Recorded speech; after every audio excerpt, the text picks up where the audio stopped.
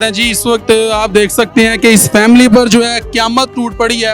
और अगर मेरा कैमरामैन आपको दिखा सके, रोड ब्लॉक किया गया है, एहतजाज कर रहे हैं। और ये वो फैमिली है जिनके ऊपर जुल्म के पहाड़ ढाए गए हैं। यहाँ की कोई बासर फैमिली है, यहाँ के बासर लोग हैं, उनकी तरफ से 50 लाख रुपया भत्ते की डिमांड की गई।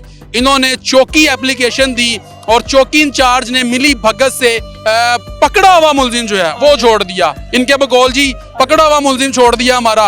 और चौकी इंचार्ज जो है वो कासम साहब यहाँ पर आए हैं, लेकिन वो भी यहाँ से मेरा ख्याल है किधर गए हैं कासम साहब? इधर साइड पे हो गए, वो भी साइड पे हो गए हैं। जज ਨੂੰ ਸਿਫਾਰਿਸ਼ ਕਰਕੇ ਨਾ ਪੈਸਾ ਲੈਣੇ, ਉਹਨਾਂ ਜਵਾਈ ਨੂੰ ਸਿਫਾਰਿਸ਼ ਕਰਕੇ ਤਾਂ ਛੱਡਿਆ।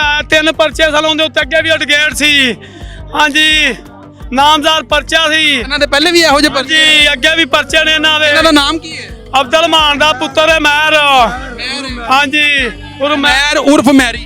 ਹਾਂਜੀ ਚੋਰੀਆਂ ਕਰਦੇ ਨੇ। ਇਹ ਆਪ ਦੇਖ ਲੈ। ਇੱਕ ਇਹਨਾਂ ਦਾ ਭਰਾ ਹਲੇ ਜ਼ਿੰਦਾ ਹੈ, ਉਹ ਬੱਤੀ ਚੋਰੀ ਕਰਨ ਗਿਆ, ਉਹ ਘਰ ਪਿਆ, ਉਹ ਵੀ ਲੈ ਗਏ ਕਿਤੇ, ਉਹਨੂੰ ਬੱਤੀ ਪਈ ਹੈ, ਡਿੰਗਾ ਬਚਿੰਗਾ ਹੋਇਆ ਹੈ। ਬੱਤੀ ਚੋਰੀ ਕਰਨ ਲੱਗਿਆ, ਉਹ ਵੀ ਉੱਥੇ ਬੱਤੀ ਨਾਲ ਲੱਗੀ ਉਹਨੂੰ, ਉਹ ਵੀ ਘਰ ਨਾ ਫਾਰਸ ਵੇਖ ਸਕਦਾ, ਉਹਨੂੰ ਬੱਤੀ ਬਣ ਲੱਗਿਆ ਚੋਰੀ ਕਰਦਾ ਹੋਵੇ। ਡੀਪੀਓ ਸਾਹਿਬ ਦੇਖ ਰਹੇ ਨੇ, ਆਰਪੀਓ ਸਾਹਿਬ ਦੇਖ ਰਹੇ ਨੇ, ਕੀ ਮੈਸੇਜ ਦੇਣਾ ਚਾਹੁੰਦੇ?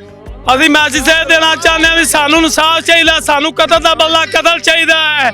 ਆ ਸਾਡੀਆਂ ਭੈਣਾਂ ਦਾ ਇੱਕੋ ਭਰਾ ਔਰ ਕੰਮ ਨਹੀਂ ਕਰ ਸਕਦਾ।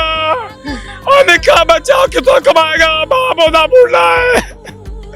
ਹਾਂਜੀ ਕੋਈ ਇੱਥੇ ਸੀਨੀਅਰ ਅਫਸਰ ਆਇਆ ਤੁਹਾਡੇ ਕੋਲ? ਡੀਐਸਪੀ ਫਿਰੋਜ਼ ਕਰਨੀ ਆਇਆ ਹਾਲੇ ਕੋਈ ਅਫਸਰ ਨਹੀਂ ਆਇਆ। 3 ਘੰਟੇ 2 ਹੋ ਗਏ, ਰਸਤਾ ਬੰਦ ਕੀਤਾ, ਕੋਈ ਅਫਸਰ ਨਹੀਂ ਆਇਆ। ਚੌਂਕੀ ਵਾਲੇ 2-3 ਆਏ ਨੇ ਬਸ।